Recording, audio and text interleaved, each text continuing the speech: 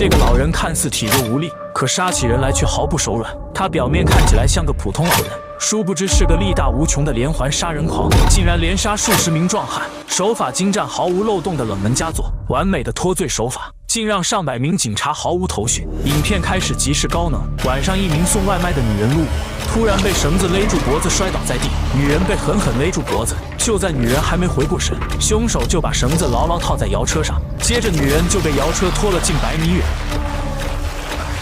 直到摇车撞上了草丛才停止。被套住的女人也已经没了呼吸。几个月后，女人的尸体在住处被人发现，警方已经到达现场进行勘查，尸体还被伪装成上吊自杀的样子，浑身散发的气味贯穿了女警的鼻腔。现场非常干净，物品摆放整齐，没有丝毫入侵痕迹。根据女警的初步推断，凶手不是熟人就是陌生人。发现死者的人是被害者的母亲，由于死者的母亲已经老年痴呆，在现场不断抓狂。这时女尸突然双腿断裂，但是家属不愿意尸检，警方无法断定此案，最终只能定义为自杀结案。不过女警却觉得案件另有蹊跷。当晚她重回案发现场，发现衣柜里突然冲出一个男人，两人扭打几下，男人便逃走。但此时让她更相信案件并非自杀。根据周边监控查看，并没有看清嫌疑犯的长相。就在第二天，男人看到通缉令，主动来到警局，说自己是个神父。1个月前教堂来了一位女士，向他表示着说自己杀了人。起初他并不相信，因为没人会把自己杀人的事情给说出来。随后神父问了杀人地点在哪里，但是神父并不当真，只是告诉女人杀了人就要去自首。直到有一次在电视上看到洪崖洞真的发生了一起命案，不过神父身为天职，不能将听到告解秘密的人说出来，所以当时晚上才亲自去现场确认。目前案件定义成了谋杀，但是凶手的作案手法毫无动机，一时间案件毫无头绪。就在这时，命案又再次出现，这次的被害者是一名老兵，死法也是一样，上吊而死。根据女警的观察，这也是凶手故意伪装成自杀现象。案发前不久，老兵跟儿子在街上吵架，两人发生了口角，大打出手。他儿子表示当时自己被打晕，醒来后不知道后面发生了什么，之后老兵经历了什么不得而知。调查发现死因是窒息而亡，女警因此推断凶手大概是男性所为。但是上次听神父说向他告解的人是个女人，神父为了解决疑惑，当晚假装成第一个被害者女人的家人，向她闺蜜询问情况。被害者闺蜜表示，案发当晚女人在送外卖，过程中因有人偷吃了外卖，两人当时发生了冲突，只是跟闺蜜说了情况。但是后来女人就没有了消息，后来就不知道发生了什么。如果这是真的，那当时偷吃外卖的人很大概率就是凶手。神父认为偷吃外卖的人应该是个流浪汉，因此断定凶手的范围缩小了很多。案件好像有了线索，老太看似慈眉善目，实际是个心狠手辣的杀人惯犯，每天都是捡破烂，晚上捡人头。那天晚上正是偷吃外卖不成，对外卖员痛下杀手。老兵教训儿子，反被儿子揍。由于老兵被老太嘲讽，对方就推了老太几下，随后老兵反被老太活活掐死，接着把尸体放进了摇车内，装作什么事都没有发生，继续收拾废品。谁都没有想到，一个浑身简陋不堪的老太居然是个杀人狂。他看到身份证，找到了老兵的家里，把他带回去擦拭干净伤口。为了就是预防被警方侦查到是谋杀，最后用了9牛之力将老兵吊起，伪装成上吊自杀的假象。而且他每次杀完人都会去教堂祷告。老太说自己杀了人，神父试着询问杀人的理由是什么。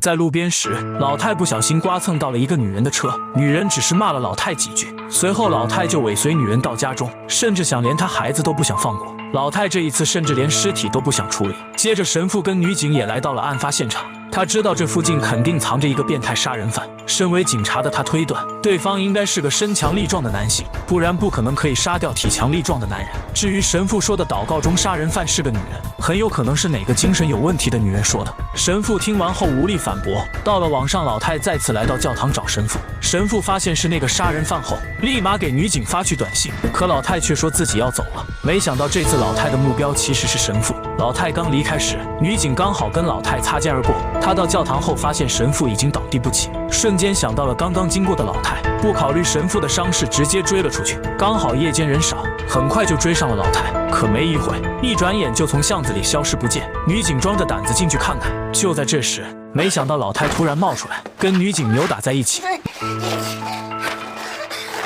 没一会，女警失去了反抗能力。老太准备对女警下手时，神父及时赶了过来，老太听到后才直接离开，女警因此捡回一条命。不过老太的杀人习惯还不停止，她走来路边时拦下一名警察，向警察询问帮助顺风去上个厕所。警察也是看老太风韵犹存，也顺便答应了老太的要求。警察不知道搭载了老太却引来杀身之祸，看似人畜无害的老太，警察脸上的笑容也控制不住兴奋。停车后，老太走向了南侧，老太拿起棒槌直接给警察打得找不着北。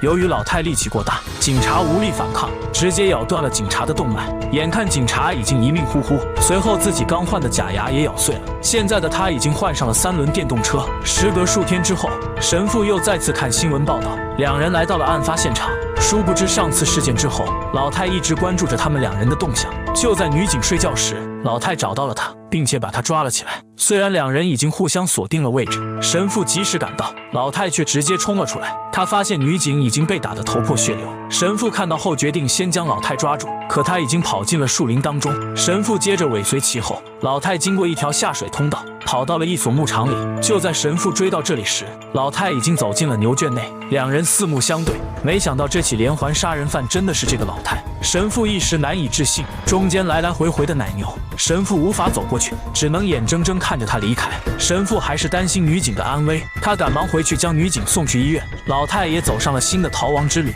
女警醒来之后，发现神父一直联系不上，原来神父放走了杀人犯。作为神父的他心感愧疚，他也变成看似流浪汉一样，住进了小山洞，以此对自己的过错进行忏悔。老太至于为什么因为小事而去杀人，这个不得而知，也许是对世界所有的人不满，只希望他有天尽快伏法。